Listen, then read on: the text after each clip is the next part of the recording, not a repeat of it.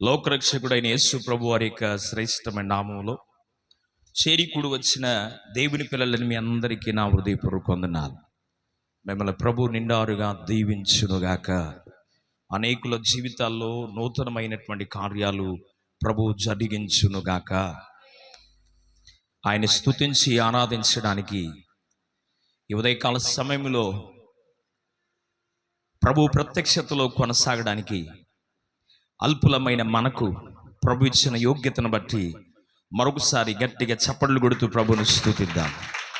హల్లెలూయా, హల్లెలూయా, హల్లెలూయా, హల్లెలూయా. రండి దేవుని వాక్యంలోనికి వెళ్దాం. అపోస్తలుడైనటువంటి పౌలు కొరింథీలో ఉన్న సంఘానికి లేఖ రాస్తూ, అపోస్తలుడైన పౌలు కొరింథీలకు రాసినటువంటి మొదటి పత్రిక 10వ అధ్యాయము, అపోస్తలుడైన పౌలు కొరింథీలకు రాసినటువంటి మొదటి పత్రిక 10వ అధ్యాయము 12వ వచనాన్ని చదువుకుందాం. 10వ అధ్యాయం 12వ వచనం నేను చదువుతాను, చూడండి బైబిల్. తాను నిలుచున్నానని తలంచుకున్నవాడు పడకుండునట్లు జాగ్రత్తగా చూసుకొనవలెను. ఓ చిన్న ప్రార్థన చేస్తాను. పరిశుద్ధమైన తండ్రి, నీకు వందనాలు.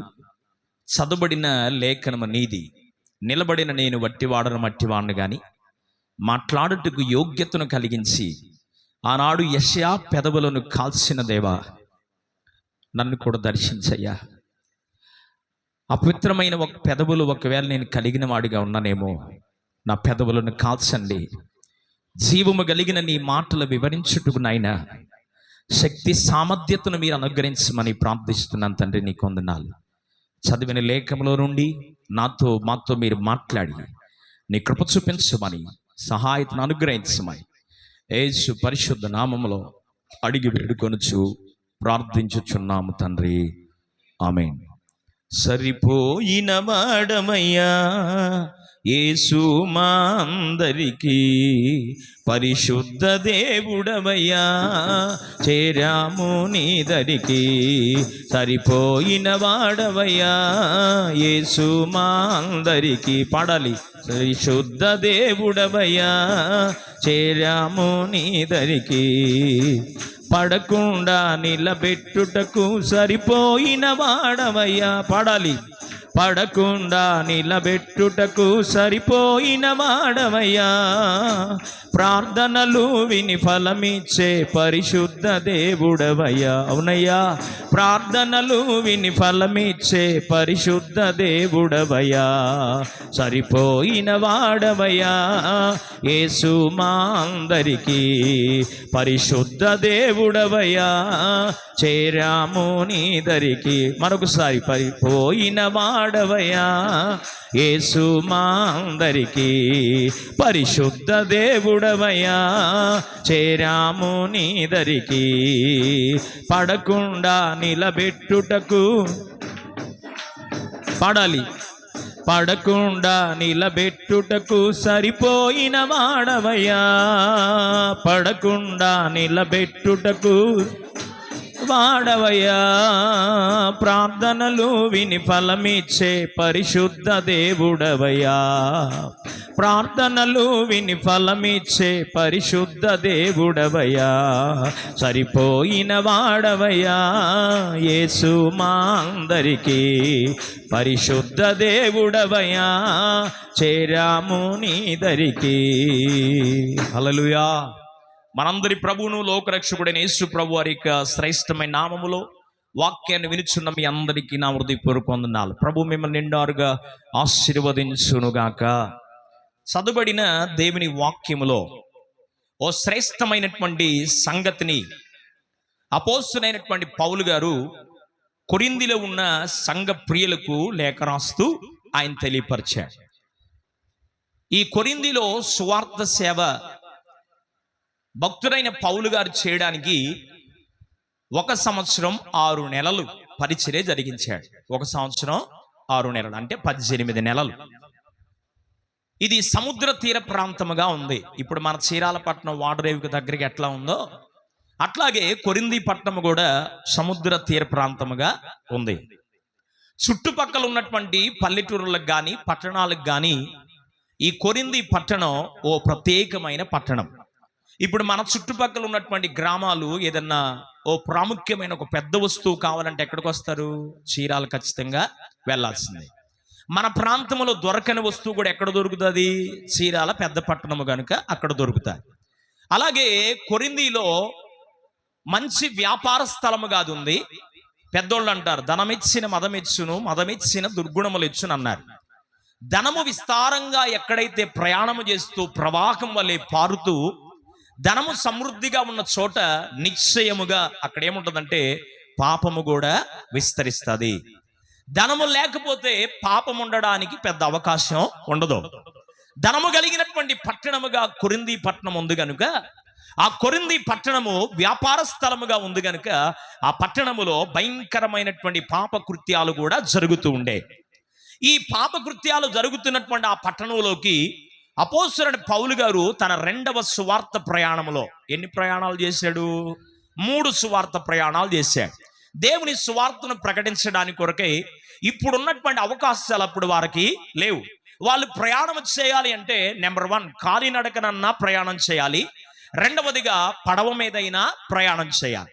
ఇలాగున్న పౌలు గారు చాలా పట్టణాలను, చాలా పల్లెటూళ్ళను, చాలా గ్రామాలను ఆయన దర్శిస్తూ అనేక నశించిపోతున్న ఆత్మలను దేవుని కొరకు సంపాదిస్తూ ఆయా పట్టణాల్లో సువార్తను ప్రకటిస్తూ ఉండగా, ఆ పట్టణాల్లో సువార్త ప్రకటిస్తూ ఉన్నప్పుడు అక్కడ కొంతమంది యేసు ప్రభువారిని సొంత రక్షకునిగా అంగీకరించి నమ్మి బాప్తిసము తీసుకొని సంఘముగా ఏర్పాటు చేయబడ్డారు. దేవునికి మహిమ కలుగునుగా. హల్లెలూయా. అలాగున కొరింథీలో ఉన్న ఓ సంఘం ఏర్పరచబడింది. ఈ కొరింథీ పట్టణంలో ఉన్నటువంటి కొంతమంది ఆత్మీయులైనటువంటి సహోదరులకు ఆ సంఘాన్ని అప్పగించి, నేను అప్పుడప్పుడు వస్తాను, చూడడానికి వస్తాను, పరామర్శించడానికి వస్తాను, మీలో ఒకవేళ అవిధేయతో లేకపోతే దేవునికి వ్యతిరేకరమైనటువంటి అనుభవాలు ఏమైనా ఉంటే అవి నేను నా స్వార్థ ప్రయాణములో ఆయా పట్టణాలు తిరుగుతూ అప్పుడప్పుడు మీ దగ్గరకు వచ్చి దర్శిస్తానని కొంతమంది నమ్మకస్తులైనటువంటి బిడలకు ఆ పరిచర్యను అప్పగించి వెళ్ళాడు. దేవునికి మహిమ కలుగునుగా. హల్లెలూయా. అప్పగించినప్పుడు మొదటి అధ్యాయంలో మీరు చూస్తే అది ఎలాగుందంటే 18 నెలలు కష్టపడి అపోస్తలుడైన పౌలు గారు కట్టిన సంఘం జీవము కలిగినదిగా ఉంది. గట్టిగా చప్పట్లు కొడుతూ ప్రభు నామం పడదాం. హల్లెలూయా. జీవము కలిగిందిగా ఉంది. ఏ విషయంలో లోపము దానిలో కనబడలేదు. ప్రేమించడంలో లోపం లేదు, కృపావారాల్లో లోపం లేదు, ఉపదేశంలో లోపం లేదు, సువార్త ప్రకటించడంలో లోపం లేదు, పరిచర్య చేయడంలో లోపం లేదు, దేవునికి ఇవ్వడంలో లోపం లేదు, దేవుని కొరకు ఎదురు చూచే విషయంలో కూడా లోపము లేని వారిగా ఉన్నారు. Praise the Lord. హల్లెలూయా.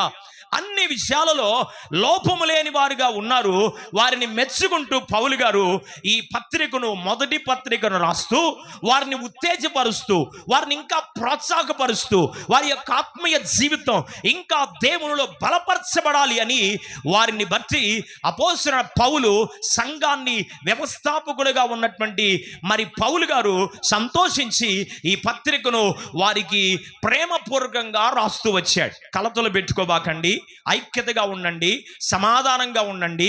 ఎప్పుడు ఉంటామో ఎప్పుడు పోతాం మనకు తెలియదు కనుక ఆయన వచ్చే దినాల్లో యుగాంతమైనటువంటి దినాల్లోకి మనం వచ్చాం కనుక ప్రేమయు ఐక్యత మీరు కలిగిన వారుగా ఉండి, సమాధానాన్ని మీరు కలిగిన వారిగా ఉండి, మన ప్రభువును లోకరక్షకుడైన యేసు ప్రభువారిని అనుసరించి వెంబడించే విధానాన్ని కలిగి ఉండాలి అని అపోస్తలుడైన పౌలు గారు చాలా స్పష్టంగా ఖచ్చితమైన దైవ చిత్తాన్ని తెలియపరుస్తూ ఈ 10వ అధ్యాయంలోకి వచ్చేటప్పుడు కల్లా 12వ వాక్యములో ఓ చక్కని మాట వాళ్ళకు జ్ఞానోపదేశాన్ని చేస్తూ మాట్లాడుతున్నాడు. అక్కడ ఏం రాయబడింది అంటే, తాను నిలుచున్నానని తలంచుకొనుచున్నవాడు ఏముండాలి అంటే పడుకుండునట్లుగా జాగ్రత్తగా చూసుకోండి అన్నాడు. దేవునికి మహిమ కలుగునుగా. హల్లెలూయా. ఈరోజు ఇందులో ఒక 3 భాగాలు ఉన్నాయి. నెంబర్ 1, మనము నిలుచున్నామని తలంచుకొనుచున్నామంటే నిలబెట్టేవాడు ఒకడు ఉండాలి. ఎస్, అంతేనా? ఇప్పుడు నేను నిలబడ్డాను అంటే నన్ను నిలబెట్టిన వాడు నా ప్రభు. Praise the Lord. హల్లెలూయా. ఇప్పుడు నేను నిలబడలేకుండా కూర్చుంటే ఇప్పుడు నేను నిలబడినట్లా పడిపోయినట్లే. కనుక ఇప్పుడు నన్ను నిలబెట్టిన వాడు ఒకడు ఉన్నాడు కనుక ఈ భాగములో వచ్చే వారం చెప్తాను ఈ సంగతి. మనము నిలబడాలి అంటే మనల్ని నిలబెట్టేవాడు ఒకడు ఉన్నాడు. ఆయన ఎవరు అంటే పాపకూపములో నుండి నన్ను లేవదీసి నాకు రక్షణ ఇచ్చావయ్యా. పాపకూపములో నుండి నన్ను లేవదీసి నాకు రక్షణ ఇచ్చావయ్యా. నా కన్నీరు తుడచి నా వేదన తీర్చి, నా కన్నీరు తుడచి నా వేదన తీర్చి, నన్ను నీ బిడ్డగా చేర్చుకున్నావయ్యా. యేసయ్యా, నన్ను నీ బిడ్డగా చేర్చుకున్నావయ్యా. మంచి సమరయుడుగా నా యేసు నన్ను వెదకి వచ్చావయ్యా. హల్లెలూయా, ఆమేన్, ఆమేన్, హల్లెలూయా, హల్లెలూయా, ఆమేన్, ఆమేన్, హల్లెలూయా, ఆమేన్, ఆమేన్. ఒకప్పుడు పాపములో ఉన్నాం, ఒకప్పుడు దేవునికి దూరస్తులుగా ఉన్నాం, ఒకప్పుడు మన ఇష్టానుసారమైన జీవితాన్ని కలిగి ప్రవర్తిస్తున్నాం.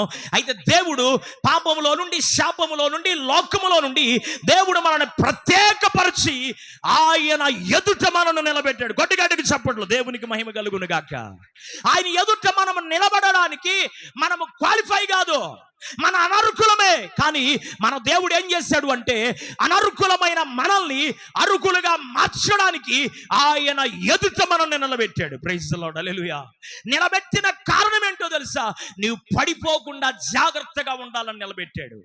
ఊరికి నేను నిలబెట్టలేదు, ఊరికి నేను రక్షించలేదు, ఊరికి నేను అభిషేకం ఇవ్వలేదు, ఊరికి నేను నీకు వరాలు ఇవ్వలేదు, ఊరికి నేను నీకు ఫలాలు ఇవ్వలేదు, ఊరికి నిన్ను తీసుకొచ్చి అనేకులకు లేని ధన్యత, యోగ్యత దేవుడు నీకు ఇచ్చాడు అంటే నీవు పడిపోకుండా జాగ్రత్తగా చూసుకోవడానికి నిన్ను దేవుని సన్నిధిలో నిలబెట్టాడు. ఈ మాట గుర్తుపెట్టుకో. దేవునికి మహిమ కలుగునుగా. హల్లెలూయా.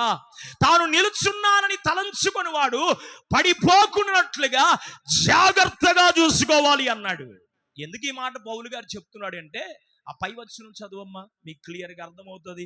2-3 మాటలు చెప్పి ముగిస్తాను. పై వచనంలో 11వ వచనంలో, ఈ సంగతులు దృష్టాంతములుగా వారికి సంభవించి యుగాంతమందున్న మనకు బుద్ధి కలగడానికి రాస్తున్నాను అన్నాడు. ప్రైజ్ ది లార్డ్, హల్లెలూయా. ఎవరికంట బుద్ధి? ఎవరికి రావాలి? యుగాంతమందున్న మనకు బుద్ధి రావాలి. ప్రైజ్ ది లార్డ్, హల్లెలూయా.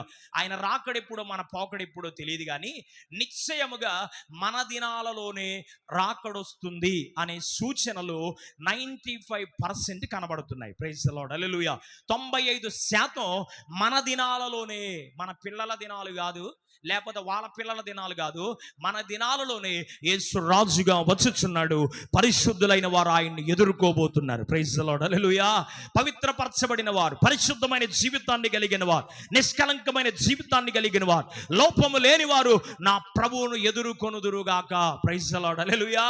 అలాగుని ఎదుర్కోవాలి అంటే యుగాంతమందున్న మనకేం రావాలంటే బుద్ధి రావాలి. ఏం రావాలంట? యుగాంతమందున్న మనకు బుద్ధి కలగడానికి రాస్తున్నాను అన్నాడు పౌలు గారు. యుగాంతంలో ఆయన ఉన్నాడా? పాపం లేదు. ఎప్పుడు రాశాడు ఈ మాట?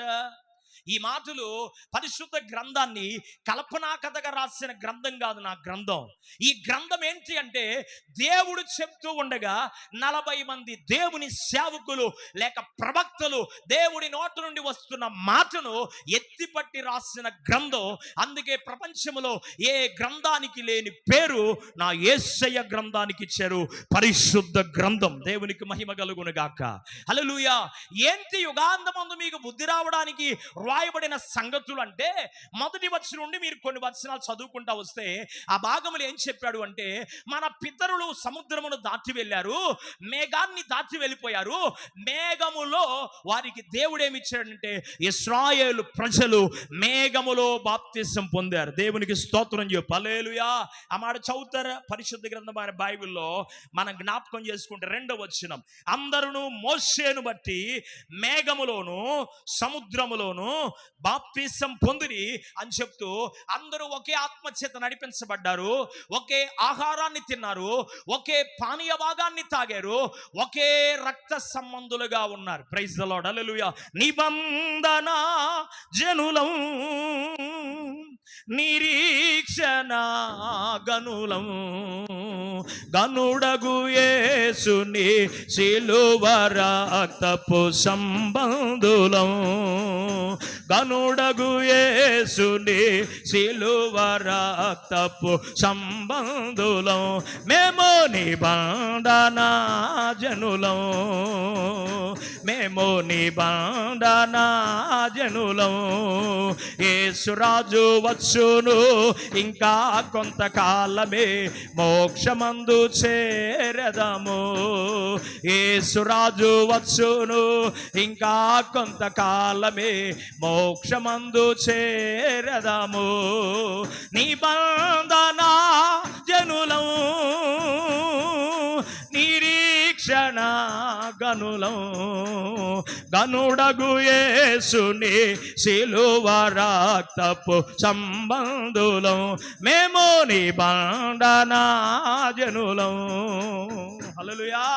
మనం ఎవరు అంటే ఒకరికొకరు ఇక్కడ ఉన్న వాళ్ళు రక్త సంబంధంలో కాకపోవచ్చేమో, ఒక కులానికి సంబంధించిన వాళ్ళని కాపోవచ్చేమో, ఒక జాతికి సంబంధించిన వాళ్ళని కాపోవచ్చేమో.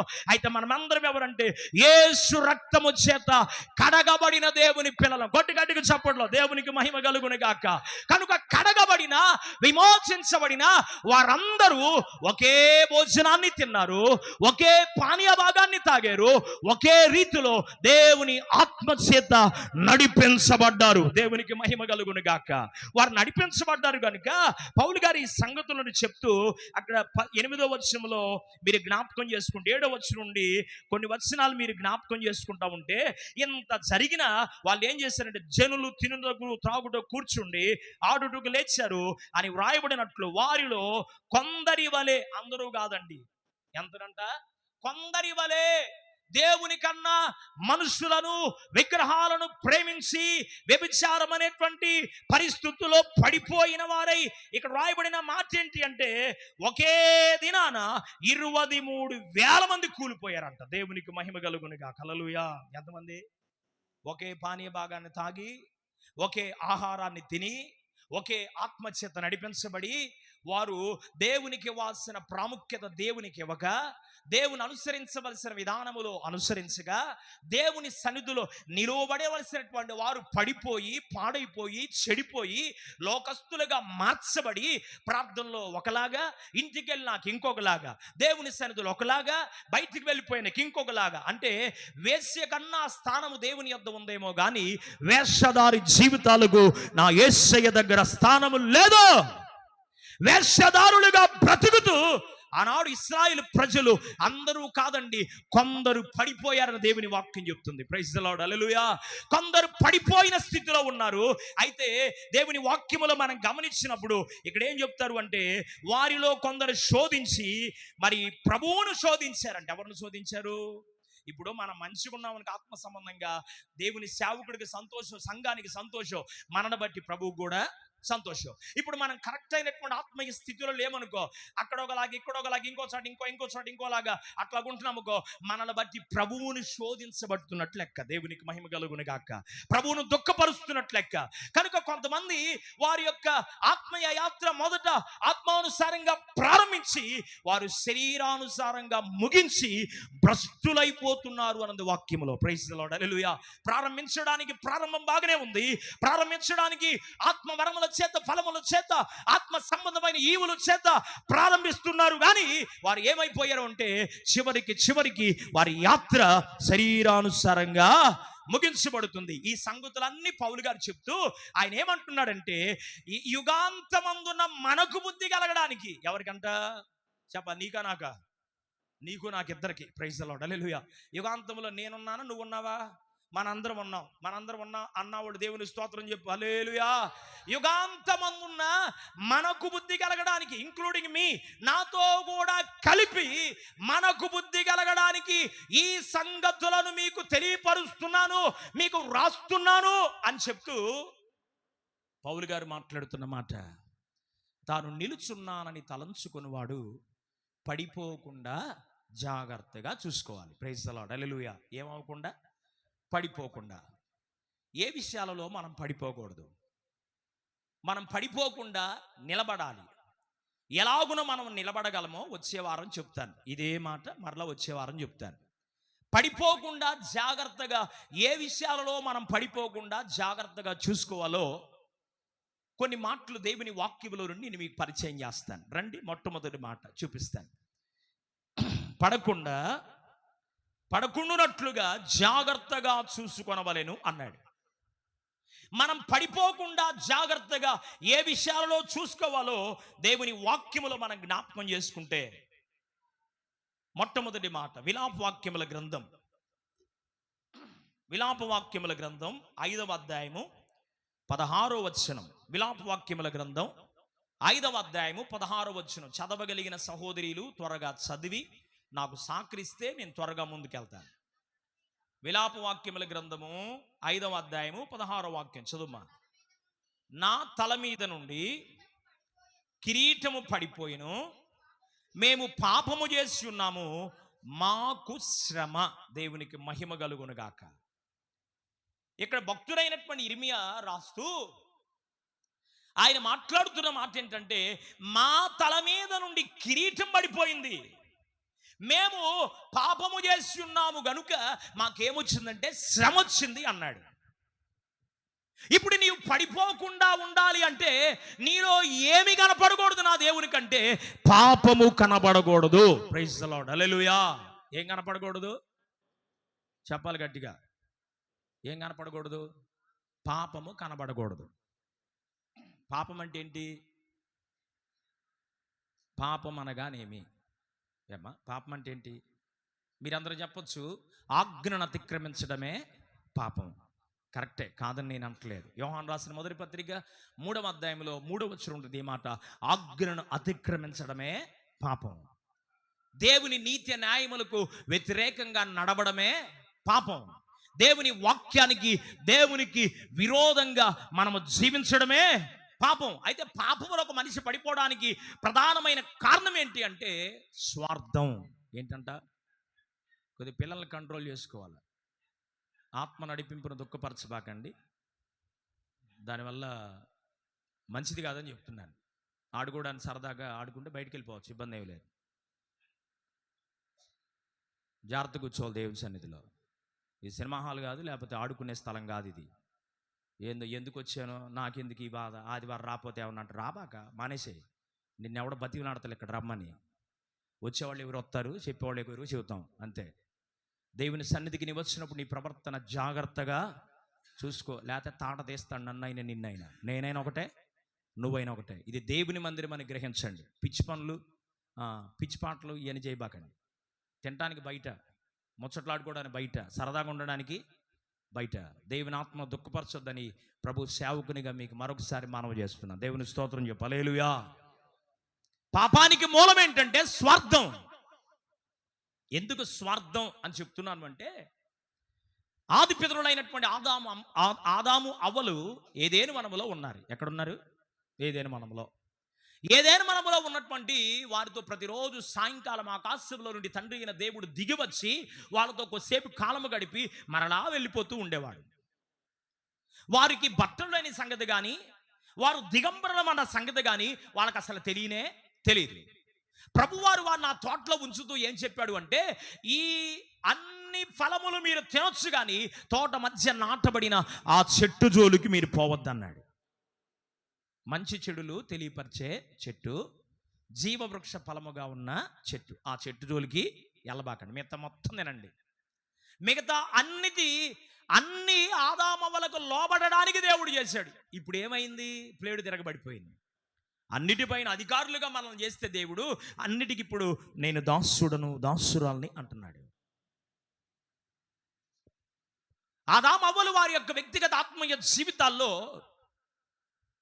సాతాను చేత మోసగించబడింది. అమ్మమ్మ గారు మోసగించబడి, ఈ పండు దినమని నిశ్చయముగా చచ్చెదవని ఆయన చెప్పాడు, కానీ మీరు చనిపోరు, మీరు గనక ఈ పండును తింటే ఆయన కన్నా గొప్పవారు అవుతారనే బాణం వేసింది. దేవునికి మహిమ కలుగునుగాక. ఆయన కన్నా ఎట్టవుతారంట? గొప్పోళ్ళు అవుతారు. ఆయనలాగా మీరు ఉండకూడదని ఎట చేశాడు. పిచ్చి మాటలు కాకపోతే ఆయన స్వరూపంలో, ఆయన పోలిక చొప్పున నిన్ను చేశానని అమ్మమ్మకి, ఆదాము గారికి తెలియదా? తెలుసు కానీ సాతాను చేత మోసగించబడి స్వార్థములో పడిపోయారు. ప్రైజ్ ది లార్డ్, హల్లెలూయా. స్వార్థం వచ్చింది. ఆయనలాగా మేము ఉంటామని ఈ పండ్లు తినొద్దన్నాడా, కాబట్టి ఇప్పుడు ఆయనకన్నా మేము గొప్పవాళ్ళం అవుతామని మా స్నేహితుడు చెప్తున్నాడు కనుక ఈ స్నేహితుడి మాట విని నేను చేస్తే బాగుండదని గబగబా 4 కాయలు కోసుకొని తినేసింది. ఈమె తిన్నది గాక ఈ పాపాన్ని తీసుకెళ్ళి ఆదాము గారికి కూడా పెట్టింది. ఎప్పుడైతే ఆ వృక్ష ఫలముల జోలికి వెళ్ళి తిన్నారో వారు దిగంబరులమని తెలిసిపోయింది. దేవునికి మహిమ కలుగును గాక. మాకు వస్త్రాలు లేవు అని తెలిసిపోయింది. తెలిసిపోయిన వెంటనే చెట్టు చాటుకు వెళ్ళిపోయారంట. ఎక్కడికి వెళ్ళారు? చెట్టు చాటుకు వెళ్ళారు. నాకు రాదు కానీ ఆదామా, ఓ నా ప్రియమైన కుమారుడా, నువ్వు ఎక్కడున్నావయ్యా ఎక్కడున్నావయ్యా అని తండ్రి పిలుస్తుంటే దేవుణ్ణి ఎదుటకు రాలేకపోయాడు ఆదాము. దేవుని ఎదురుగా రాలేక దేవునితో చెప్తున్నాడు, అయ్యా నీవు నన్ను పిలిచినప్పుడు నీ స్వరము నాకు వినబడింది కానీ నేను దిగంబరిని అయిపోయానయ్యా, ఇప్పుడు నీ ఎదుట నేను నిలబడలేను అని చెప్పుకున్నాడు దేవునితో. ఎవరు చెప్పారా మీకు దిగంబరులు అని? ఎవరన్నారయ్యా మీరు దిగంబరులు అని? ప్రభువు మాట్లాడుతూ ఉంటే ఆయనేమో అవమ్మే చెప్పాడు, అవమ్మేమో అపవాదమే చెప్పింది. అతనిని బట్టి నేల శపించబడింది. ప్రైజ్ ది లార్డ్, హల్లెలూయా. పాపానికి మూలం ఏంటంటే స్వార్థమే. ఓ వ్యక్తి పాపపు జీవితంలో పడిపోవడానికి జాగ్రత్త. ఆజ్ఞాతిక్రమమే పాపం, నాలో పాపము లేదని ఎవడైనా చెప్పుకుంటూ ఉంటే వాడు నిశ్చయముగా పాపములో ఉన్నట్లే అని దేవుని వాక్యం సెలవిస్తుంది. I'm correct, no correct. నీలో లోపముందు నువ్వు కరెక్ట్ అన్నావంటే, నేను అందరికన్నా బెస్ట్ అన్నావంటే యు ఆర్ నాట్ బెస్ట్. నీలో ఏదో ఒక లోపం ఉంది కనుక నువ్వేం చెప్పుకున్నావు అంటే పలానోళ్ళ కన్నా పర్లేదు, ఆమె కన్నా బెటర్, ఆయన కన్నా బెటర్ అని చెప్పుకున్నావంటే నీ హృదయమును అడుగు, నీవు నీ మనస్సాక్షిని అడుగు, నీవు బెటర్ కాదు, యు ఆర్ జీరో. ఓ దైవజనుడికి ఏం చెప్తున్నానంటే నీవు పాపములో పడిపోకున్నట్లుగా జాగ్రత్తగా చూసుకోవాలి.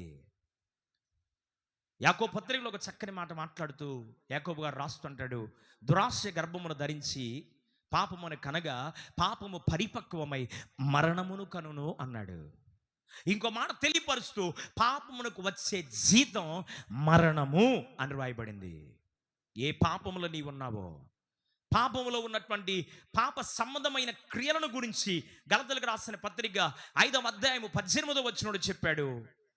ఈ అనుభవాలలో ఏ అనుభవం నీ జీవితంలో ఉన్నా నీవెవరు అంటే దేవుని దృష్టిలో పాపివే. పాపిగానే జీవింతువా, పాపమునందే మరణింతువా ప్రియుడా, పాపిగానే జీవింతువా, పాపమునందే మరణింతువా ప్రియుడా, పాపిగానే జీవింతువా. పాపాన్ని విడిచిపెట్టి రండని ప్రభు పిలుస్తుంటే విశ్వాసిగా రక్షించబడి దేవుని కుమారుడిగా ముద్రించబడి ఇంకా నీలో ఉన్న బలహీనతను బట్టి, నీలో ఉన్న అవిధేయతను బట్టి, నీలో ఉన్న అతిక్రమాన్ని బట్టి ఒకవేళ పాపం అనే బలహీనతలో పడిపోతున్నావేమో దేవుని వాక్యం సెలవిస్తుంది. నీవు పాపములో పడిపోకున్నట్లుగా జాగ్రత్తగా చూసుకో. శరీరాశ నీలో ఉండకూడదు, నేత్రాశ నీలో ఉండకూడదు, జీవపుడమ్మము నీలో ఉండకూడదు. అలాగ ఉండకుండా ఉంటే నీవు పాపములో పడిపోకుండా నిన్ను నీవు జాగ్రత్తగా కాపాడుకున్నట్లెక్క. నాలో పాపం ఉన్నదని ఎవడైనా నిరూపించగలడానికి ఛాలెంజ్ చేశాడు నా యేసయ్య. ఆయన కుమార్తెవి కదా, ఆయన కుమారుడు కదా, నీలో పాపం ఉండొచ్చా? ఉండకూడదుగా. నీవు కూడా ఎలాగుండాలంటే పరిశుద్ధుడైన దేవుని వలె, పాపము లేనివాడు వలె. హెబ్రీయులకు రాసిన పత్రిక 9వ అధ్యాయము 8వ అధ్యాయము 26, 27 వచనాలు మనం చూస్తే పాపము లేనివాడు నిష్కల్మషుడును పరిశుద్ధుడైన దేవుణ్ణి మనం కలుగున్నాం. కొట్టుగట్టుకు చప్పట్లు, దేవునికి మహిమ కలుగును గాక. మనం ఆరాధించే దేవుడు ఎవరో పాపము లేనివాడు, పాపములలో చేరక మరి ప్రత్యేకించబడిన వాడు. ఒకప్పుడు పాపములో ఉన్నావు నీవు, ఇప్పుడు దేవుని నమ్ముకొని విశ్వాస జీవితాన్ని కొనసాగిస్తూ ఆత్మ సంబంధమైన వ్యక్తిని నీవు చెప్పుకుంటా ఇంకా నీలో పాపానికి సంబంధించిన ఆనవాలో పాపానికి సంబంధించిన ఏదైనా మచ్చ, డాగు, ముడత నీలో ఉంది అంటే నీవు పడిపోయిన వాడితో సమానమే. నీవు చచ్చిన వాడితో సమానమని దేవుని వాక్యం సెలవిస్తుంది. జీవించుచున్నావన్న పేరు నీలో ఉన్నది కానీ నీవు మృతుడవే అన్నాడు. నీవు మృతుడిగా ఉన్నావా, మృతురాలుగా ఉన్నావా, లేక నేను ప్రభువులో జీవిస్తున్నాను. ప్రైజ్ ది లార్డ్, హల్లెలూయా. నీవు ప్రత్యేకంగా బ్రతకాలి. పాపములో నీవు పడిపోకూడదు. పాపములో పడిపోకుండానట్లుగా నీవు జాగ్రత్తగా చూసుకోవాలి. సెకండ్ వన్, రెండో మాట చూద్దాం దేవుని వాక్యంలో. అపోస్తలుడైన పౌలు తన ఆత్మీయ కుమారుడైన తిమోతికి లేఖ రాస్తూ, తిమోతికి రాసిన మొదటి పత్రిక 3వ అధ్యాయము 7వ వచనం, 3:7. తిమోతికి రాసినటువంటి మొదటి పత్రిక 3వ అధ్యాయము 7వ వాక్యం. మరియు అతడు నిందల పాలై అపవాది విరులో పడిపోకుండానట్లు సంఘమునకు వెలుపటి వారి చేత మంచి సాక్ష్యము పొందిన వాడై ఉండాలి అన్నాడు. ప్రైజ్ ది లార్డ్, హల్లెలూయా. ఎవడు వాడు? మరియు వాడు అని చదివింది చెల్లి, మనం విన్నాం.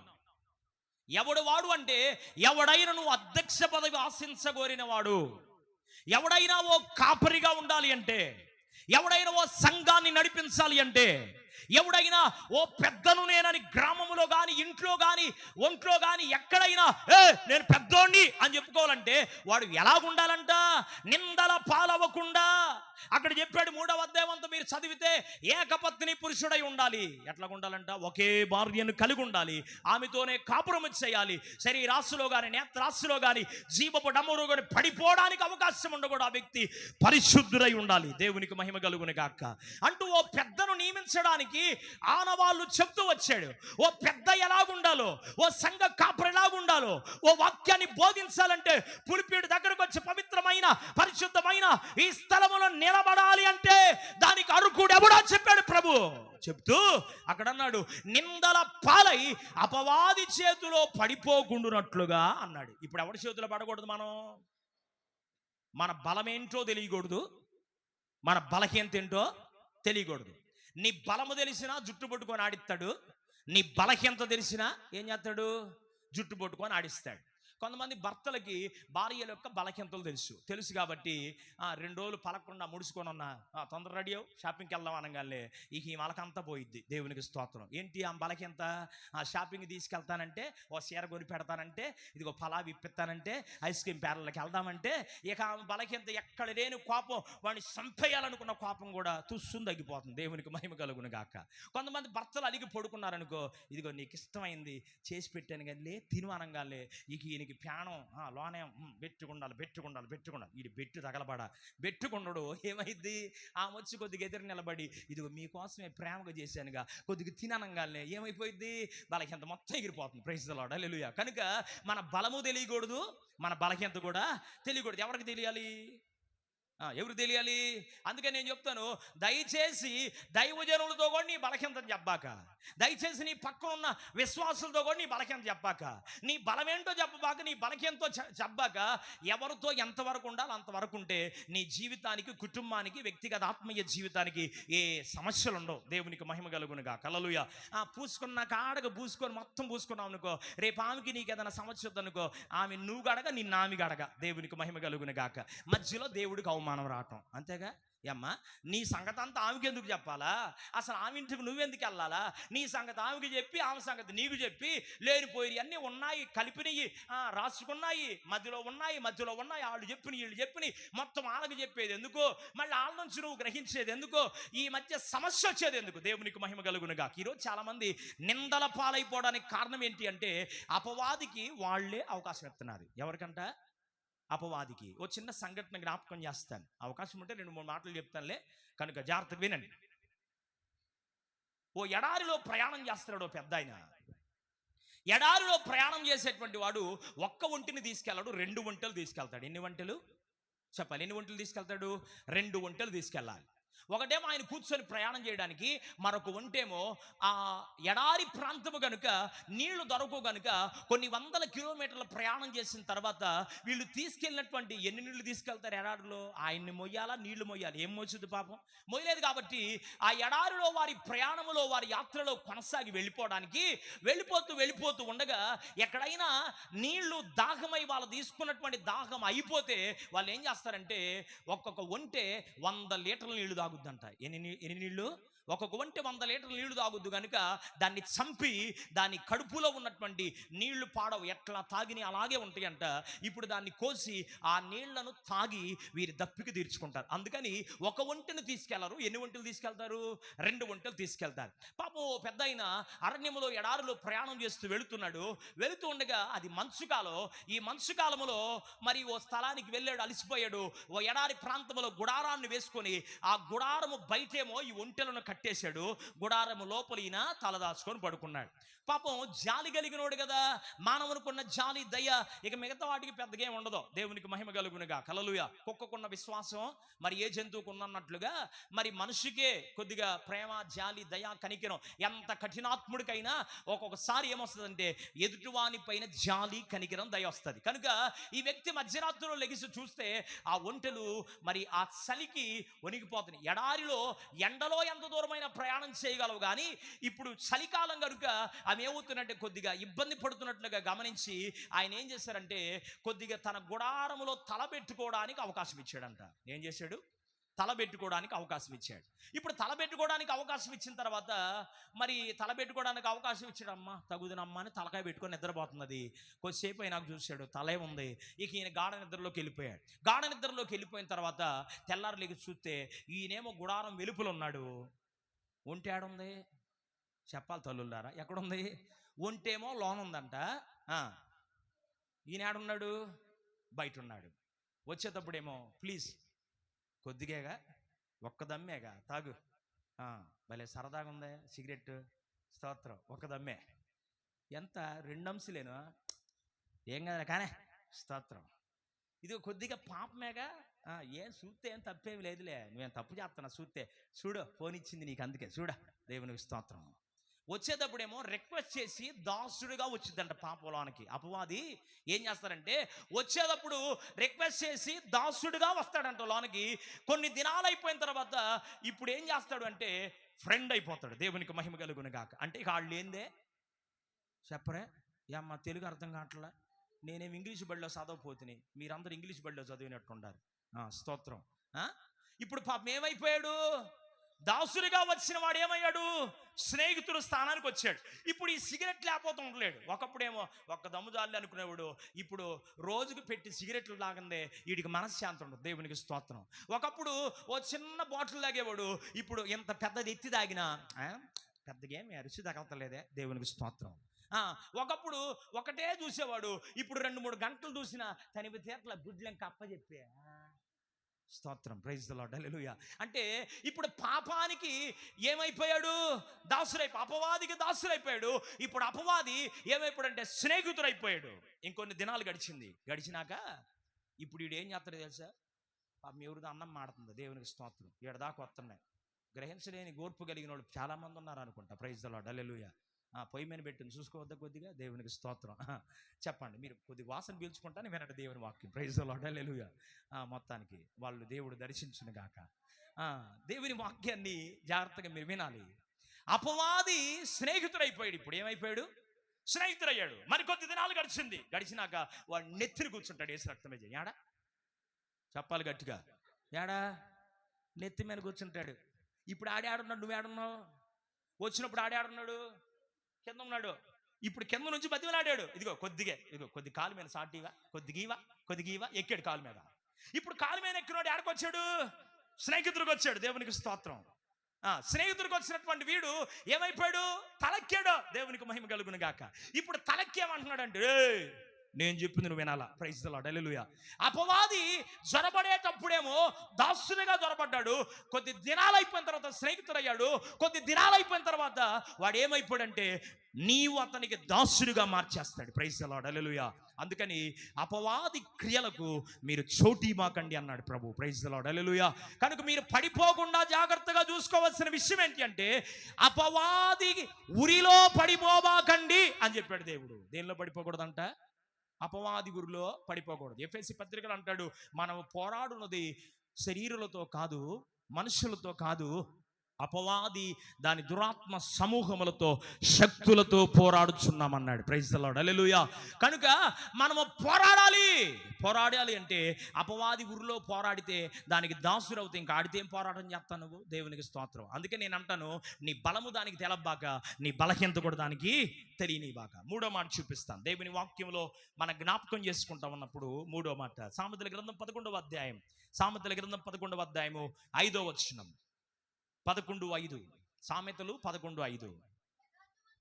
ఇక్కడ ఏం రాయబడింది అంటే భక్తిహీనతలో పడిపోకుండా చూసుకోండి జాగ్రత్తగా అన్నాడు. దేనిలో పడిపోకూడదంట? దేనిలో పడిపోకూడదు? భక్తిహీనతలో పడిపోకూడదు. భక్తిహీనులు నిశ్చయముగా నాశనమైపోతారు. భక్తిపరులైన వారిని దేవుడు నిశ్చయముగా వర్ధిల్ల చేస్తాడు. కనుక నీలో ఉన్న భక్తి హీన దశలో ఉందా, డెవలప్మెంట్గా ఉందా? నీలో ఉన్న భక్తి క్వాంటిటీ ఎంత? నీలో ఉన్న భక్తి సామర్థ్యం ఎంత? నీలో ఉన్న భక్తిని గురించిన ఆనవాలు ఎంత? పెద్దోళ్ళు అంటారు భగవంతునికి భక్తునికి అనుసంధానమైనది అంబికా దర్బార్ భక్తి. అడ్వర్టైజ్మెంట్ ఎనలా నేను ఎప్పుడు పిలకాయలప్పుడు విన్నానులే, అందుకని మీకు గుర్తు చేశా. భగవంతున్నను భక్తుణ్ణి కలిపేది ఏందంట? అంబికా సంబరానికి అడ్డి కలుపుద్దంట. ఈ వాసన పాపం ఆయన దగ్గరికి వెళ్తే ఆయన కరుణించేస్తాడని వాళ్ళ నమ్మకం. వాళ్ళ నమ్మకాన్ని నేనేమంటలేదు, దేవునికి స్తోత్రం. అయితే మన నమ్మకం ఏంటి? ఆ జీవం కలిగిన దేవుని కదిలించాలి అంటే నువ్వు నిష్కలంకమైన యథార్థమైన శక్తి కలిగిన పవిత్రమైన పరిశుద్ధమైన భక్తి చేయాలి. దేవునికి మహిమ కలుగునుగా. హల్లెలూయా. ఎట్లాంటి భక్తి ఉండాలి? నీ భక్తిలో శక్తి కలిగిన భక్తి చేయాలి. అపోస్తలుడైన పౌలు గారు మాట్లాడుతుంటాడు, పైకి భక్తి కలిగిన వారిగా ఉండి దాని శక్తిని ఆశ్రయించట్లేదు కొంతమంది అన్నాడు. కొందరే, ఏది చెప్పినా పౌలు గారు అందరూ అంటలా, కొందరేనంట. ఎంతమంది అంటే కొంతమంది పవిత్రులు పరిశుద్ధులు కూడా ఉన్నారు, కొంతమంది భక్తి జీవితాన్ని కాపాడుకుంటున్న వాళ్ళు ఉన్నారు, కొంతమంది యథార్థంగా బ్రతుకుతున్న వాళ్ళు ఉన్నారు, కొంతమంది ఆషామాషాగా జీవించే వాళ్ళు ఉన్నారు. కనుక అట్లాంటి వారి గురించి చెప్తా అంటున్నాడు, మీరు భక్తిహీనతలో పడిపోకూడదు. భక్తి అంటే ఏంటి? భక్తి అనగానేమి? భక్తి అంటే యాకోబు రాసినటువంటి పత్రిక 1వ అధ్యాయము 26-27 వచనాల్లో, యాకోబు పత్రిక 1వ అధ్యాయము 26-27 వచనాల్లో ఓ చక్కని మాట అంటాడు అక్కడ. భక్తిని గూర్చిన మర్మం ఏదనగా అన్నాడు. భక్తిని గూర్చిన నిష్కలంకమైన భక్తి ఏదనగా విధవరాండ్రను అనాథలను వారి ఇబ్బందులలో పరామర్శించడం, వారు బాధపడుతున్నప్పుడు, కన్నీరు గారుస్తున్నప్పుడు, కృంగిపోతున్నప్పుడు, వారు శ్రమలలో ఉన్నప్పుడు వారిని పరామర్శించి నీవు కలిగిన వాటిలో నుండి వారికి సహాయం చేయడం. ఒకవేళ చేయలేకపోయినా అయ్యా చేసే, పెట్టకపోయినా పెట్టే ఇల్లు చూపించమన్నట్లుగా అయ్యా నేను చేయలేకపోతున్నాను వాళ్ళ కొరకు ప్రార్థన చేస్తున్నానని ప్రార్థన చేయటం, ఇది భక్తి. రెండవది అంటున్నాడు, ఈ లోక మాలిన్యము నీకు అంటకుండా బ్రతకడం భక్తి అన్నాడు. ఈ లోకంలో ఏముందంట? మాయలోకమిది సాయను పోలును మాయ మాయ మాయ, ఈ లోకము మాయ మాయ మాయ. వరే వరే వరే నీకేమొచ్చిందిరా పోయే రోగం, పొద్దున్న నా పాట పాడుతున్నాం ఏందనేది మా నాన్నమ్మ. దేవునికి స్తోత్రం, హల్లెలూయా. ఏ పాట? పరదేశంలో ప్రియురాల్లో ఆ పాటలో ఒక మొక్కిది. నేను పొద్దున్నే పాపం కొద్దిగా ఆమెని నవ్వించాలని చెప్పి పొద్దున్నే పాడేవాడు, మాయలోకమిది ఛాయను బోలును అనగానే నీకేమొచ్చిందిరా పొద్దున్నే, నేను ఇప్పుడల్లా పోననేది పాప పెందరకాడిపోయింది. దేవునికి స్తోత్రం. మాయలో నుంచి మనం వచ్చాం, మరలా ఏమైపోతాం చెప్పరే తల్లే? పిల్లల్ని కన్నాగా ఏమిలో నుంచి వస్తాడు మనుషుడు? నువ్వు పుట్టినా నేను పుట్టినా దేనిలో నుంచి పుట్టాం? మాయలో నుంచి మనం వస్తాం. ఇప్పుడు మరలా ఏమైపోతాం? మాయ అయిపోతాం. కనుక మాయలోకం సాయనబోలు ఉంది కనుక మాయలో పడిపోకుండా, భక్తిహీనతలో పడిపోకుండా నీవెలా బ్రతకాలంటే భక్తి కలిగిన వాడిగా బ్రతకాలి. కొట్టుగట్టుకి చప్పట్లో దేవునికి మహిమ కలుగునుగా. హల్లెలూయా. ఈ లోకములో ఉన్నది శరీరాశ, నేత్రాశ, జీవపు డమ్మమనే మాయ కనుక మాయలో పడిపోబాక నువ్వు ఎలాగుండాలంటే భక్తి కలిగి జీవించు అన్నాడు. ప్రైజ్ ది లార్డ్, హల్లెలూయా. భక్తిహీనతలో నీవు పడిపోకుండానట్లుగా జాగ్రత్తగా చూసుకో అన్నాడు. మరొక మాట చూపిస్తాను. దేవుని వాక్యములో మన జ్ఞాపకం చేసుకున్నట్లయితే పరిశుద్ధ గ్రంథములో మన జ్ఞాపకం చేసుకుంటూ ఉంటే సామెతల పుస్తకం 16వ అధ్యాయం, సామెతల పుస్తకం 16వ అధ్యాయం 18వ వచనం. సామెతల పుస్తకం 16:18. నాశనమునకు ముందు గర్భము నడుచును, పడిపోవుటకు ముందు అహంకారమైన మనస్సు నడుచును అన్నాడు. నువ్వు పడిపోకుండా జాగ్రత్తగా చూసుకోవాల్సిన మరొక సంగతి ఏంటి అంటే, గర్వమును, అహంకారమైన మనస్సు నీలో ఉండకూడదు. ఏముండకూడదు? నీకు మంచి స్వరం ఇచ్చాడు, చక్కగా పాడుతున్నావు, దేవుని స్తుతిస్తున్నావు, దానికి గర్వం ఎందుకు? కొంతమంది మైకులో పాడితేనే వినపడుద్ది, మైకు లేకపోతే మేము పాడం, వచ్చి సత్యాగా పాడటానికి దేవునికి స్తోత్రం, మైకులోనే పాడతాం. కొంతమంది ఇన్స్ట్రుమెంట్లు ఉంటే పాడతారంట, డ్రమ్ము మీద పాడమంటే సచ్చి కూర్చుంటారు. దేవునికి స్తోత్రం. మనకి ఏమి లేకపోయినా పాడుదులు పెడతాం, దేవునికి మహిమ కలుగునుగా. హల్లెలూయా. కొంతమంది వాక్యం బాగా చెప్పేవాళ్ళు, నేను ఎట్ట చెబుతాను తెలుసా, ఒక్క ఆత్మ కూడా రక్షించబడదు. Praise the Lord. హల్లెలూయా. సబ్జెక్టులు చెప్పుకెళ్తారు, కానీ ఒక్క మాట అన్న జనాన్ని గుచ్చుకొని పశ్చాత్తాపం వచ్చిందంటే దానిలో ఉపయోగం పెద్దగా ఏమి లేదు. నేను అందరికన్నా దేవుడికి ఎట్టెత్తానో తెలుసా, ఎట్టెత్తనా ఆయన ఇపోద్దు. నువ్వేమిచ్చి సత్తా? దేవునికి స్తోత్రం. ఆయన ఇత్తే కదా నువ్వు ఎత్తందే. ఆయన ఇవ్వకుండా ఒక 4 నెలలు మూసాడు అనుకో ద్వారం, అప్పుడు నువ్వు యాడ్ను తెచ్చేస్తా, అప్పుడు కనపడింది నీ భక్తి ఏంటో. సమృద్ధిగా ఉన్నప్పుడు దేవునికి ఇవ్వడం కాదు, సమృద్ధి లేనప్పుడు దేవునికి ఇచ్చేవారు దేవునికి కావాలి. Praise the Lord. హల్లెలూయా. ఆయన ఇస్తున్నాడు, పోషిస్తున్నాడు, పెంచుతున్నాడు, జీవనాధారంగా నువ్వు బ్రతకడానికి ఒక మార్గాన్ని ఏర్పరిచాడు దేవుడు. ఆయన ఏర్పరిచాడు కనుక ఆయన నీకు ఇచ్చిన దానిలో నుంచి నువ్వు ఇస్తున్నావే, కానీ నువ్వేందో పెద్ద తీసుకొచ్చి ఇవ్వట్లా. దేవునికి మహిమ కలుగునుగా. హల్లెలూయా. కనుక కొంతమంది వారికి ఉన్న స్టేటస్ని బట్టి, వారికి ఉన్న బంధువులను బట్టి, వారికి ఉన్న జ్ఞానాన్ని బట్టి, వారికి ఉన్న స్వరమును బట్టి, వారికి ఉన్న వాక్య ప్రత్యక్షతను బట్టి, వారికి ఉన్న అభిషేకాన్ని బట్టి, వారికి ఉన్న కొన్ని పరిస్థితులను బట్టి అహంకారముగా, గర్వముగా ప్రవర్తించి పడిపోతున్నారు అని రాయబడింది వాక్యములో. ఉజ్జియా, దేవుని వాక్యంలో దినవృత్తాంత గ్రంథములో ఉంటుంది ఈ మాట. ఉజ్జియా అతడు స్థిరపడిన తరువాత గర్వించిన వాడై చెడిపోయెను. ఎప్పుడంట స్థిరపరిచింది ఎవరు? స్థిరపరిచింది ఎవరు? దేవుడు కదా. నీకేమి లేకుండా నిరాకారముగా నీ ఉన్నప్పుడు, ఆధారము లేకుండా నీ ఉన్నప్పుడు, ఆధారం ఇచ్చి బ్రతకడానికి ఆధారము చూపించి, కుటుంబాన్ని ఇచ్చి, పిల్లలనిచ్చి, నిన్ను ఆశీర్వదించిన దేవుణ్ణి వదిలిపెట్టి నీవు స్థిరపడిన తరువాత ఈరోజు మనుషుడు ఎట్లాగైపోయాడంటే, ఇచ్చిన దేవుణ్ణి మర్చిపోయాడు, ఇచ్చిన వాడితో సంతోషిస్తున్నాడు. ఇది కరెక్ట్ కాదు. పిల్లలు లేరు అన్నప్పుడు పిల్లల్ని ఇచ్చాడు.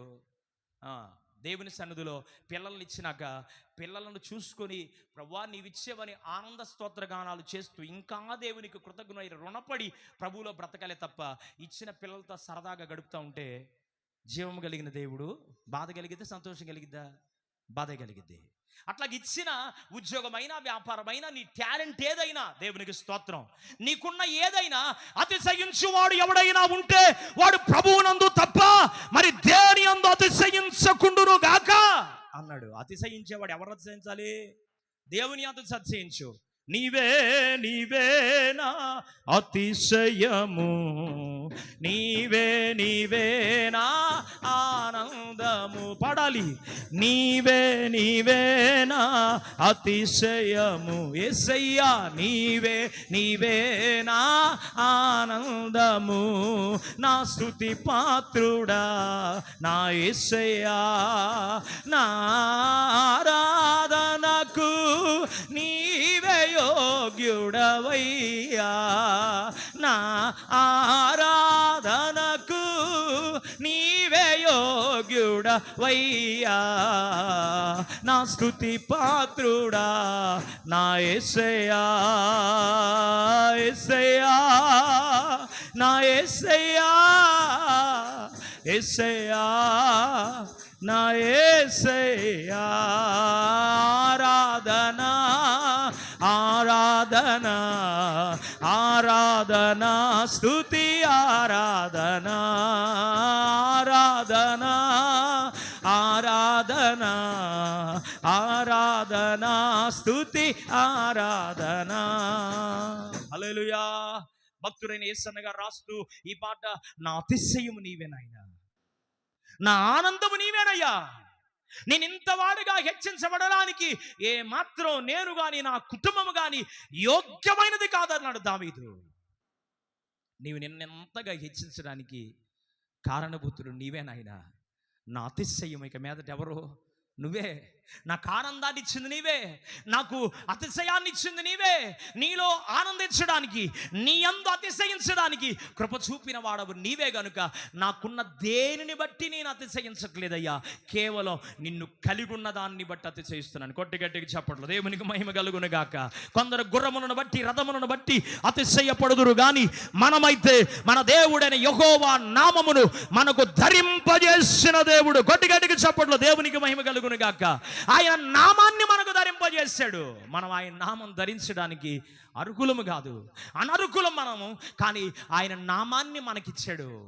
పాపాత్ముడైన స్త్రీ యేసు ప్రభువు దగ్గరికి వస్తే అందరూ రాళ్లతో కొట్టి చంపాలి, మోషే ధర్మశాస్త్ర ప్రకారం రాళ్లతో కొట్టి చంపాలని నీకు తెలియదా బోధకుడా అని ప్రశ్నిస్తూ ఉంటే ఆయన ఏం చెప్పాడు అంటే, మీలో పాపము లేని వాడు ఎవడో మొదటి రాయి వేయండి చచ్చిపోయిందని చెప్పాడు. ప్రైజ్ ది లార్డ్, హల్లెలూయా. ఒక్కడన్నేసాడా? పాపం లేనుడు ఎవడన్నా ఉన్నాడా? నో, ఎవరు లేరు. వ్యభిచారం చేయక్కర్లా, మోహపు చూపు చూస్తేనే ఏంటంట వ్యభిచరించినట్టని వాక్యం చెప్తుంది. నువ్వు దొంగతనం చేయక్కర్లా, దొంగలకు తోడుగా నిలబడితే చేసినట్టే. నువ్వు విగ్రహారాధన చేయక్కర్లా, విగ్రహారాధనకు సపోర్ట్గా నువ్వు నిలబడితే చేసినట్టే. ఒక అబద్ధం ఆడక్కర్లా, అబద్ధం ఆడుతున్న వారితో నువ్వు ఏకీపిస్తే నువ్వు అబద్ధం అన్నట్టే. 51వ కీర్తనలో ఉంటుంది, నీవు దొంగను చూసినప్పుడు వానితో ఏకీభవించేదివి కదా, వ్యభిచారులతో సాంగత్యము చేసావుగా, చెడిపోయిన వాళ్ళతో తిరుగుతూ వచ్చావుగా, నీ ప్రవర్తన దిద్దుకోలేదుగా, నీ మాటలు దిద్దుకోలేదుగా. దేవుని మరచువారులారా దీన్ని యోచించండి, నేను మీ యొద్దకు వస్తే చీల్చివేస్తానన్నాడు దేవుడు. దేవునికి మహిమ కలుగునుగా. హల్లెలూయా. మనం ఆరాధించే దేవుడు దీనుడిగా ఈ లోకానికి వచ్చాడు.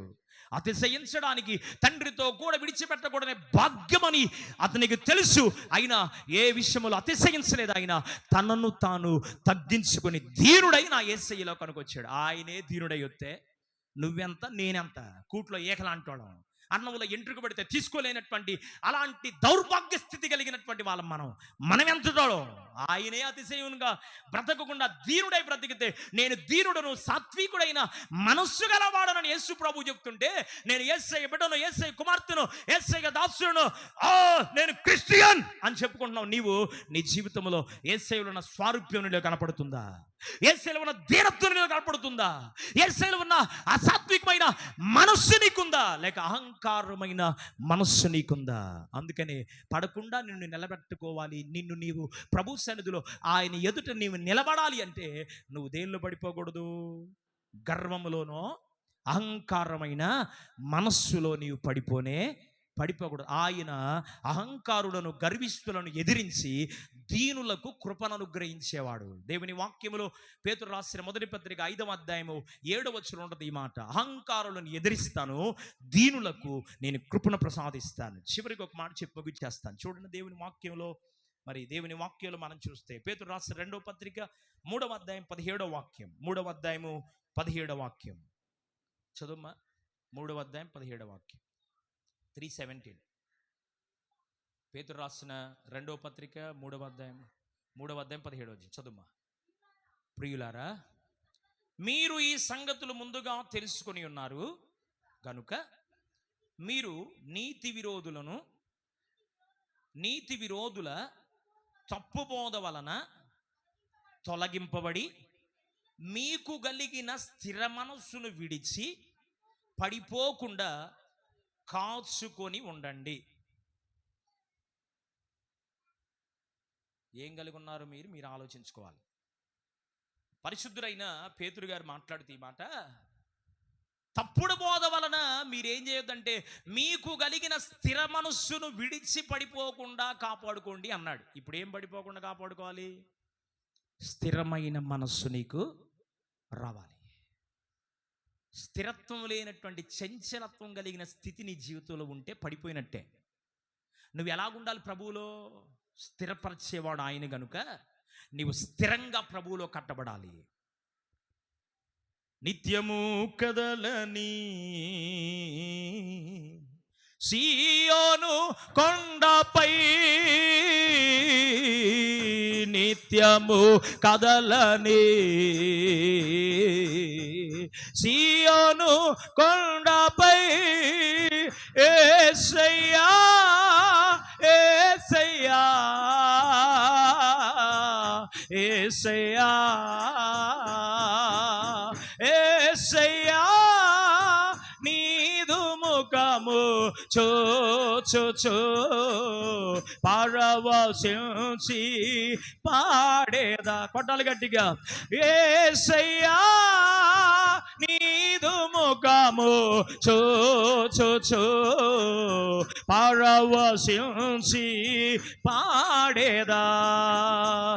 కొండల వైపు నా కనులెత్తి కొదువతో నేను కుమిలెదనా, కొదువతో నేను కుమిలెదనా. కలవర పడినే కొండల వైపు నా కన్నులెత్తుదునా. హల్లెలూయా. కీర్తన పుస్తకం 125వ కీర్తనలో మొట్టమొదటి 2 వచనం ఉంటుంది. ఆయన ఎవరు అంటే కదలక నిలిచే సియోను కొండ వంటి వాడు. Praise the Lord. హల్లెలూయా. కదలక నిలుచు సియోను కొండవలే నీవెలాగుండాలంటే నాటబడ్డావు గనుక నాటబడిన నీవు చెలించకూడదు. ఇంకా నిజంగా నాటబడ్డావా? నా మాట అర్థమైందా? నిజంగా నీవు సంఘములో నాటబడితే అక్కడికో ఇక్కడ కానీ పరిగెత్తకూడదు. నీవు స్థిరపరచబడితే దేవునిలో నాటబడిన అనుభవం నీకుంటే ఇంకా కదిలించబడకూడదు. తుఫానులు వచ్చినా, పెనుగాలులు వీచినా, శ్రమలు ఎదురైనా, ఆటంకాలు ఎదురైనా, ఆత్మీయుల మధ్యలో దూషించబడుతున్నా, అన్యుల మధ్యలో ఎగతాళి చేయబడుతున్నా, మరి బంధువులు రక్త సంబంధులు నీకు విరోధముగా చేతులెత్తిన నా దేవుడు నాకున్నాడు. ఆయన నన్ను స్థిరపరిచేవాడు. కొట్టుగడ్డికి చప్పట్లు. దేవునికి మహిమ కలుగును గాక. నన్ను ఎవరు అవమానపరిచినా, నన్ను ఎవరు కెంచపరిచిన ఆయన కించపరిచేవాడు కాదు. ఆయన ఎవరు అంటే నన్ను స్థిరపరిచేవాడు. Praise the Lord. హల్లెలూయా. ఆయన పైన నీకు అట్టి విశ్వాసం ఉండాలి, ఆయన పైన అట్టి నమ్మకం నీకు ఉండాలి. కనుక నీవు స్థిర మనస్సును విడిచి పడిపోకుండా జాగ్రత్తగా చూసుకోవాలి. Praise the Lord. హల్లెలూయా. ఏ మనసు నీకు ఉండాలంట? నీవు స్థిర మనస్సు కలిగిన వాడిగా ఉండాలి. పాపములో పడిపోయాడు దావీదు. 51వ కీర్తన రాస్తూ, అయ్యా నేను పాపంలో పుట్టాను, పాపంలో పెరిగాను, పాపంలో పడిపోయాను ప్రభువా. నీ కుమారుణ్ణి నీకు ఇష్టానుసరణ మనిషినే కానీ నేను పాపంలో పడిపోయానయ్యా, పాపములో నేను చెడిన వాడిగా ఉన్నానయ్యా. ఇప్పుడు నన్ను విడిచిపోవద్దయ్యా, నన్ను దాటి వెళ్ళొద్దు ప్రభువా, నన్ను దాటిపోవద్దయ్యా. నీవు నాకేమి ఇయ్యాలంటే స్థిరమైన మనస్సును నా అంతరంగములో నాకు అయ్యా. దేవునికి మహిమ కలుగునుగా. హల్లెలూయా. స్థిరమైన మనస్సు దేవుడిపై నీకుంటే నువ్వు కలత చెందవు. Praise the Lord. హల్లెలూయా. స్థిరమైన మనస్సు, ఏమున్నా లేకపోయినా, ఎవరు నన్ను ఆదుకోపోయినా, ఎవరు నా కండగా నిలిచిన లేవకపోయినా, నా వారు నా పైన విరోధంగా లేచినా, నా దేవుడు నాకున్నాడు, నా పక్షంగా నా దేవుడు ఏదో ఒక దినాన నాకు న్యాయము చేస్తాడనే ఆ నమ్మకం, ఆ స్థిరమైన మనస్సు దేవునిపై నీకుంటే నిశ్చయముగా దేవుని సేవకునిగా మిమ్మల్ని ఆశీర్వదిస్తూ చెప్తున్నాను, దేవుడు మిమ్మల్ని స్థిరపరచబోతున్నాడు. కొద్దిగడ్డకు చెప్పట్లు. దేవునికి మహిమ కలుగును గాక. గడిచిన మాసములో జరిగిన మరి ఓ భయంకరమైనటువంటి సంఘటన హృదయాన్ని కడతలోకి తీసుకొచ్చేసింది. కంగారు పడిపోయాను. మరి అవసరమైనప్పుడు నా ఆపదలు ఆదుకున్నారు ₹1,00,000 ఇచ్చి. ఆ ₹1,00,000 ఇచ్చి ఆదుకున్న తర్వాత మరి వాళ్ళు సడన్గా వాళ్ళ అవసరాలు కూడా మనం తీర్చాలిగా. వాళ్ళకి ఇల్లు కొనుక్కున్నారు. ఇల్లు కొనుక్కుంటే మరి ఆ ఇల్లు కొనుక్కున్నప్పుడు నా ₹1,00,000 నాకు తిరిగి ఇచ్చేయమని అడిగారు. దరిదాపుగా 22వ తారీఖు నుంచి అమ్మ కార్యక్రమం జరిగేదాకా నవంబర్ 6వ తారీఖు వరకు నెమ్మదలేదు. 2-3 అడిగాను. ఒకళ్ళు చెప్పారు సాయంకాలానికి పని అయిపోయింది, ఇబ్బంది ఏం పడొద్దు అని చెప్పారు. ఎప్పటికంట ఎన్నో తారీఖు చెప్పారో తెలుసా? 1వ తారీఖు, పోయిన నెల 1వ తారీఖు సాయంకాలానికి నీకు పని అయిపోతే ₹1,00,000 నీకు తీసుకొచ్చి ఫోన్ చేస్తాము, వచ్చి నోటు మీద సంతకం పెట్టి తీసుకెళ్ళిపో అని చెప్పారు. 1వ తారీఖు ఫోన్ రాలా. 2వ తారీఖు మధ్యాహ్నం నేనే చేసి అమ్మా ఏంటి పరిస్థితి, ఏంటయ్యా పరిస్థితి అని పలకరించి అడిగితే వాళ్ళు ఏమన్నారు అంటే, ప్రయత్నము చేశాం పాస్టర్ గారు కానీ అందలేదు అని ఫోన్ పెట్టేశారు. చెప్పే విధానం అదేనా? ఏడుపు వచ్చేసింది. ఓ పావుగంట కూర్చొని ఏడుస్తా ప్రభు దగ్గర అడిగా, ప్రభువా, మీరు అప్పు ఇచ్చిన వారిగా ఉంటారు కానీ అప్పు తీసుకునే వారిగా ఉండరు అనే వాగ్దానం ఎప్పుడయ్యా నా జీవితంలో నెరవేర్చేది? ఇంకా ఆశ్రయించే స్థితిలోనే ఉన్నానే. ఎప్పుడయ్యా సమృద్ధిగా నీ కొరకు, పిల్లల కొరకు, నా సంఘస్థులు ఎవరికైనా బాధ కలిగితే తీసుకో, 10,000 తీసుకో, ఆ తర్వాత దిప్పో అనే స్థాయి ఎప్పుడు ఇస్తావు ప్రభువా? ఏడుస్తా కూర్చున్నా నా మధ్యాహ్నం. అమ్ముంటే నాకు ఈ పరిస్థితులు, ఈ సమస్యలు ఉండే కాదేమో. ఏడవసారి తీసుకొచ్చి ఇచ్చేసేది. అమ్మ గుర్తుకొచ్చింది, ఏడుస్తా కూర్చున్నా. తర్వాత అన్నం కూడా తినలేకపోయాను. దరిదాపుకి 22వ తారీఖు నుంచి 4వ తారీఖు రాత్రి వరకు సరైన నిద్ర లేదు, సరైన ఆహారం లేదు. ఏడుస్తూ ఉన్నా. ప్రార్థనలో కూర్చున్నా ఏడుపు వచ్చేస్తుంది, వాక్యం చెప్తున్నా ఏడుపు వచ్చేస్తుంది, నడిపిస్తున్నా ఏడుపు వచ్చేస్తుంది. ఏడుపును దిగమింగుకొని, అయితే నా విశ్వాసం ఒక్కటే, మనుషులను నమ్ముకుంటే నేను సిగ్గుపరచబడతాను కానీ నేను నమ్ముకున్నప్పుడు నేను సిగ్గుపరచబడినయ్యా. ప్రైజ్ ది లార్డ్, హల్లెలూయా. నిన్ను నమ్ముకున్న వారిని తలగా నిలబెట్టే దేవుడు అయ్యా అని ఆ నమ్మకం నాకు ఉంది ప్రభు దగ్గర. 3వ తారీఖు అయిపోయింది, 4వ తారీఖు పగలు రాత్రి ఖాళీ లేదు, ప్రార్థనకి వెళ్ళొచ్చాను. వాళ్ళకి ఏం చెప్పాను అంటే 1వ తారీఖు 2వ తారీఖు వాళ్ళు మళ్ళా ఫోన్ చేసి అడగకుండానే వాళ్ళకి ఏం చెప్పానంటే, మీ డబ్బులు మీకు 10వ తారీఖు నేను తీసుకొచ్చిస్తానని చెప్పా. దేవునికి మహిమ కలుగును గాక. ఎట్లా చెప్పించాడో ఏం చెప్పాను నాకే తెలియదు. 10వ తారీఖు ఖచ్చితంగా ఇస్తావా? వాస్తవానికి నేను కట్టాల్సింది 16వ తారీఖు, కానీ 10వ తారీఖు నేను ఇచ్చేస్తానని చెప్పా. ఇంకా 5 రోజులు నాకు ఉంది. సరే, అవకాశం ఉంటే 10వ తారీఖు ఇస్తాను, లేకపోతే 15వ తారీఖు దాకా నాకు అవకాశం ఉంది కనుక ఈ 15వ తారీఖు లోపు ఖచ్చితంగా మీ డబ్బులు మీకు ఇచ్చేస్తాను. ₹1,00,000 వడ్డీ ₹2,000, ₹1,02,000 ఇవ్వాలి. ఎక్కడి నుంచి వస్తాయి? ఏం అర్థం కాల. 4వ తారీఖు వచ్చాను ప్రార్థన నుంచి, అన్నం కూడా తినలేదు, మంచం మీద అట్లే పడుకుని ఒక గ్లాస్ మజ్జిగ ఉంటే తాగి, పాప పక్కన పడుకొని ఉంది, నేను పడుకొని మంచం మీదే ఈ షర్ట్ అంతా తడిసిపోయింది. నమ్ముతారా నమ్మలో? అమ్మలాగా ఆదరించే దేవుడు నువ్వు కదయ్యా, నువ్వు తప్పితే ఇంక నాకు ఎవరున్నారు? ఒకటే ప్రార్థన చేసే ప్రభు దగ్గర, అయ్యా మనుషుల ఎదుట నీ సేవకుడు నన్ను సిగ్గుపరచాలనుకుంటే ఈ కార్యం చేయబాక. లేదు, నీ దాసులను నీవు నన్ను అంగీకరిస్తే ఈ కార్యాన్ని నువ్వు చేయి ప్రభువా, నువ్వు తప్ప నాకు ఇంకెవరున్నారయ్యా అని కన్నీరు పెట్టుకొని దేవుని దగ్గర ప్రార్థన చేశాను. దరిదాపుగా 11 గంటలకు మంచం మీద అట్లే పడుకొని ఏడుస్తా ప్రార్థన చేస్తూ ప్రారంభించినోడిని, ప్రార్థన అయిపోయి కళ్ళనీళ్ళు తిరుచుకొని చూసేటప్పుడు టైం 3 గంటల వరకు ఏడుస్తూనే ఉన్నా. నువ్వు కాక ఇంకెవరున్నారు ప్రభువా, నువ్వే చేయాలయ్యా అని జ్ఞాపకం చేస్తూ దేవుని స్తుతిస్తూ, నువ్వు చేయగలిగిన వాడవయ్యా, అసాధ్యాన్ని సాధ్యపరిచే దేవుడు అయ్యా అని దేవుని స్తుతిస్తూ ప్రార్థన చేశాను. 5వ తారీఖు మరి అమ్మది 6వ తారీఖు కార్యక్రమం. 5వ తారీఖు కొద్దిగా ఇల్లు వాకిళ్ళు ఎంత శుభ్రం చేస్తూ ఉన్నారు, వాళ్ళతో కలిసి నేను కూడా మరి చేస్తానికి సిద్ధపడి చేస్తూ ఉన్నాను. నమ్మండి, ప్రభు చేసిన కార్యం. నా దేవుడు ఎవరంటే చేతగానోడు కాదు, కన్నీటితో విత్తువారు సంతోష గానముతో పంటను కోసుకొని వెళ్తారని చెప్పాడు నా దేవుడు. ప్రైజ్ ది లార్డ్, హల్లెలూయా. నన్ను అవమానపరచలేదు నా దేవుడు. 5వ తారీఖు నవంబర్ 5వ తారీఖు 1:20 నాకు ఫోన్ వచ్చింది. ఎక్కడి నుంచి అంటే మా బంగారం అంతా ముత్తు ఫైనాన్స్లో ఉంది. వాళ్ళు ఫోన్ చేశారు. ఫోన్ చేస్తే మొన్నే కదా బంగారానికి వడ్డీ కట్టి వచ్చాను, మళ్ళీ ఇప్పుడు కట్టడానికి ఏం వచ్చిందో భారమని నేను అనుకుంటున్నా. వాళ్ళు ఏమన్నారంటే, సార్ మీరేనా? నా పేరేనమ్మా, మీకు లోన్ ఇస్తాం సార్ అన్నారు. ఏమిస్తారంట? లోన్ ఇస్తాం సార్ అన్నారు. లోన్ ఇస్తాం అనగానే నేనేమనుకున్నానంటే ఒక 20,000 30,000 ఇస్తారు, అయినా మళ్ళీ 70,000 చూసుకోవాలిగా. 20,000 30,000 కంటే ఎక్కువ ఇవ్వరు కదా, 70,000 చూసుకోవాలి కదా అనుకున్నాను. దేవునికి మహిమ కలుగునుగా, హల్లెలూయా. అయితే ఎంత వస్తుందమ్మా అని అడిగాను. అడిగితే, సార్ ఒక 10 నిమిషాలు అయిన తర్వాత నేనే మీకు మళ్ళీ ఫోన్ చేస్తాను, ఫోన్ అందుబాటులో పెట్టుకొని అన్న పాప, ముత్తు ఫైనాన్స్లో జాబ్ చేసే పాప, చీరాల్లో. నేను పాస్టర్ గారు, నేను తెలుసు వాళ్ళకి. ఆ పాప మళ్ళీ ఫోన్ చేసి, పాస్టర్ గారు మరి మీకు 3 లోన్స్ ఉన్నాయి, 3 లోన్స్ పైన దరిదాపుగా ₹1,00,000 ఇస్తామని చెప్పారు. గట్టికి చప్పట్లో దేవునికి మహిమ కలుగును గాక. ₹1,00,000 ఇస్తామని వాళ్ళు చెప్పగానే ఫోన్లో మాట్లాడుతానున్నాను, నిండు మనసుతో దేవుని స్తుతిస్తూ. కన్నీరు బ్రతికిన నాట్యంగా మార్చే దేవుడు అయ్యా, నిజంగా నీ దాసుడునని నన్ను అంగీకరించావు. నీవు నా పట్ల ఈ చేసిన ఈ కార్యానికి నేను ఈ రీతిగా నీ రుణాన్ని తీర్చగలనయ్యా అని ప్రభు సన్నిధిలో అట్లాగే పని చేస్తున్న నేను అట్లాగే కింద కూర్చొని దాదాపు ఒక అరగంట ఏడుస్తూ దేవుని స్తుతించాను.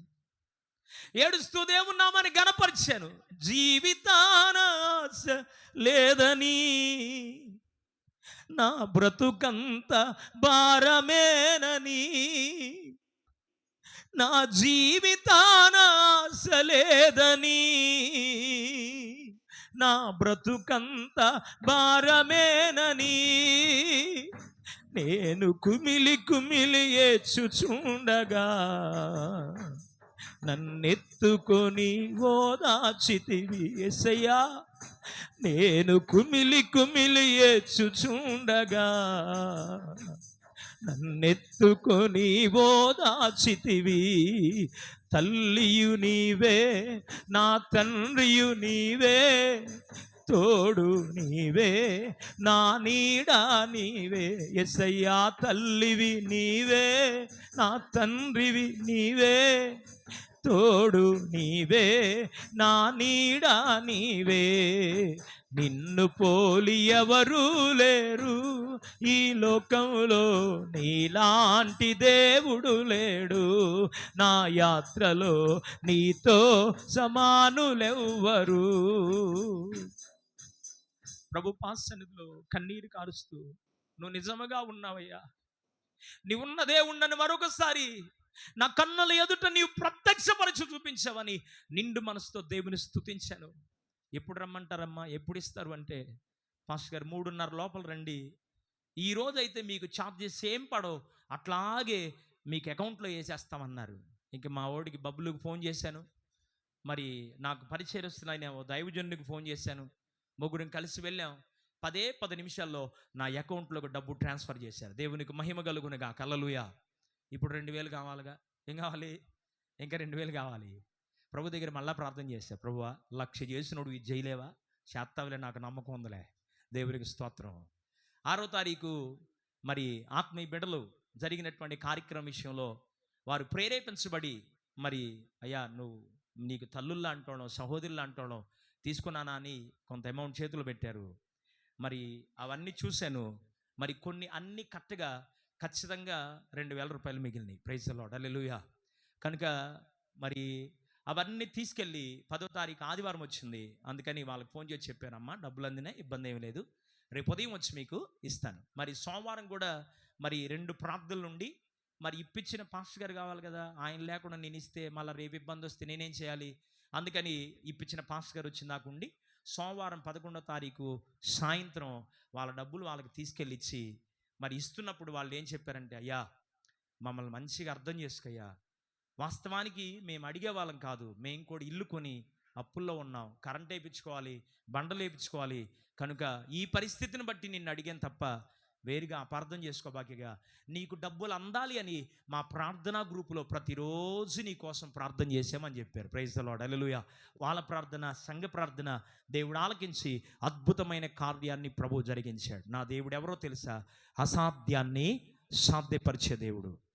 ఛాలెంజ్గా ప్రత్యక్షంగా మీ మధ్య సాక్ష్యం చెప్తున్నాను, డూప్లికేట్ కాదు, యథార్థంగా జరిగిన సంఘటన. నాకు ఇచ్చిన లోను, నాకు ఇచ్చిన ఆ కాగిత లోన్ పేపర్లు అన్నీ నా దగ్గర ఉన్నాయి.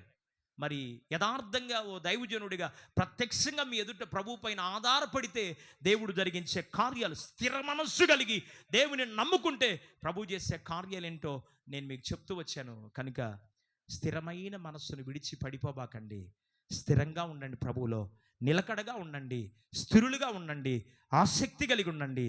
మూలవాక్యములు అంటాడు, తాను నిలుచున్నానని తలంచుకున్నవాడు పడిపోకుండా జాగ్రత్తగా చూసుకోవాలి. మీకు స్థిరమైన మనసుని ఇవ్వాలని, మిమ్మల్ని పడకుండా నిలబెట్టాలి అని ఆయన నీ కొరకే నా కొరకు ఎక్కడ నిలబడ్డాడో తెలుసా? ఆకాశానికి భూమికి మధ్య అడ్డకొయ్యి పైన, నిలువు కొయ్యి పైన, నెట్ట నడిలో, మరి ఎండలో, భయంకరమైనటువంటి పరిస్థితుల్లో నీ కొరకు నా కొరకై నిలువుట్టు ఎండలో ఆకాశానికి భూమికి మధ్యలో సిలువ వేయబడి నా యేసయ్య నిలవబడి నీ కొరకు తన ప్రాణాన్ని దారబోసాడు, నీ కొరకు తన రక్తాన్ని దారబోసాడు, నీ కొరకు చివరి రక్తపు బొట్టు వరకు కూడా నీ కొరకు చిందించాడు నా యేసయ్య. కారణం ఏంటో తెలుసా? ఆయన అన్ని శ్రమలు అనుభవించడానికి, ఆయన అలాగున ఎండలో నిలబడడానికి, నిలువెల్ల గాయముల చేత నింపబడడానికి కారణం ఏంటంటే నిన్ను నిలబెట్టడానికి. తల్లవంచు కళ్ళు మూసుకుందాం, ఒక్క నిమిషం పరిశీలన చేసుకుందాం. నీ గురించి దేవుని ఆలోచన ఏంటో, నీ గురించి దేవుని తలంపేంటో, నీ గురించి దైవ చిత్తం ఏంటో దేవుని వాక్యంలో నుండి ప్రభు మనతో మాట్లాడుతూ వచ్చాడు. అయ్యా, నా పట్ల నీ చిత్తం ఇదని తెలుసుకున్నాను నాయన, నా పట్ల నీ ఉద్దేశం ఇదని తెలుసుకున్నాను ప్రభువా. కనుక నేను పడిపోకుండానట్లుగా జాగ్రత్తగా నన్ను నేను చూసుకోవడానికి నాకు సహాయం చేయ్యా. మూర్ఖులకు ఈ తరము వారికి వేరై బ్రతకడానికి, చెడుతనము నుండి నేను వేరై బ్రతకడానికి, చెడులో మూర్ఖత్వంలో నేను పడిపోకుండా, బలహీనతలో అపవాది చేతిలో పాపములో నేను పడిపోకుండా, గర్వములో అహంకారమైన మనస్సులో నేను పడిపోకుండా, స్థిరమైన మనస్సు విడిచి తప్పుడు బోధల్లో వక్రమైనటువంటి మార్గాల్లో నేను పడిపోకుండా, పురాతన మార్గమైన నిన్ను వెదకి అయ్యా నీలో నేను నిలిచి ఉండడానికి, పడిపోకుండా నిలబెట్టుటకు సమర్థవంతుడు నీవని, నీలో నిలిచి ఉండడానికి ప్రభువా నాకు సహాయం చేయవా అని ఓ చిన్న ప్రార్థన ప్రభు దగ్గర చేద్దాం. పరిశుద్ధుడైన తండ్రి, ఆశ్చర్యకరుడు, అద్భుతకరుడు, ఆలోచనకర్తవైన మా గొప్ప దేవా నేను స్తుతిస్తున్నాను. తాను నిలుచున్నానని తలంచుకున్నవాడు పడిపోకుండా జాగ్రత్తగా చూసుకోవాలని అపోస్తలుడైన పౌలు కొరింథీయులకు రాసినటువంటి మొదటి పత్రిక 10వ అధ్యాయము 12వ వాక్యముల నుండి మాతో ముచ్చటించిన ఈ వాక్కుల కొరకు నీకు స్తోత్రాలు.